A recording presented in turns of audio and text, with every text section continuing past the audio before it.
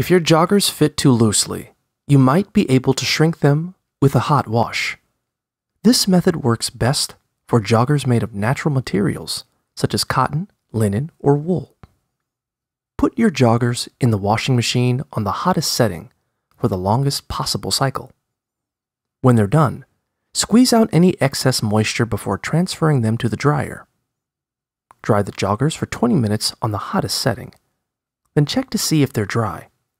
If the joggers are still damp, put them back in the dryer for 10 minutes and then check them again.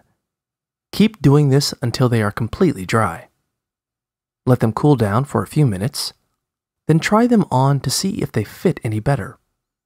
If they still feel too baggy, repeat the wash and dry cycle until they're as tight as you like. You can also try ironing your joggers on a high heat setting with a steam iron for about 5 minutes on each side. With either method, they probably won't shrink more than about one size in total.